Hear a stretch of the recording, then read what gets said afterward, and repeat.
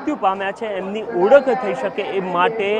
તંત્ર દ્વારા DNA ટેસ્ટનો સહારો લેવામાં આવ્યો છે અને અહીંયા કારણ કે કુલ 242 મુસાફર હતા અને એ સિવાય હોસ્ટેલમાં જે તમામ લોકોના નિધન થયા એ તમામ લોકો અલગ અને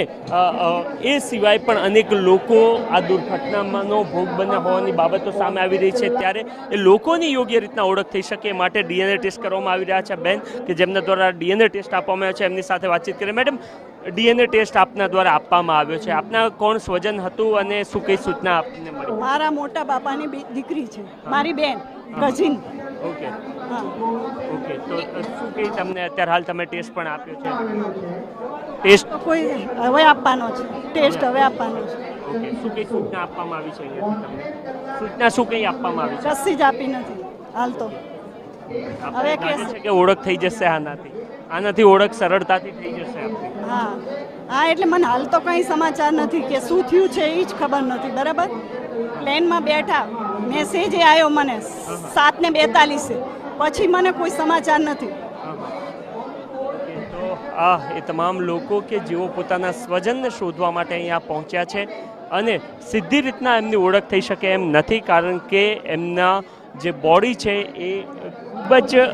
બળી ગયેલી અવસ્થામાં અહીંયા પહોંચી હતી ને એના જ કારણે તેમની ઓળખ થવી શક્ય ન હતી ને એના જ કારણે આ પ્રકારે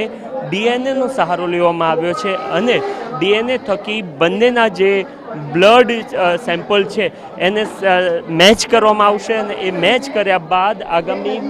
72 કલાક બાદ એ સેમ્પલનો રિપોર્ટ આવશે અને ત્યારબાદ જ કદાચ ડેથ બોડી સ્વજનોને મળે એ પ્રકારની શક્યતાઓ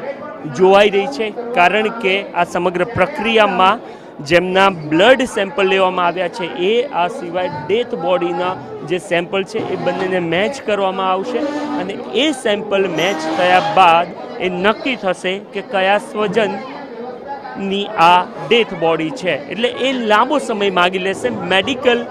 ભાષામાં DNA થકી આ જે શોધ છે એ સરળતાથી થઈ જતી હોય છે કેમેરામેન દીપક સેન સાથે નરેન્દ્ર રાઠોડ TV9 અમદાવાદ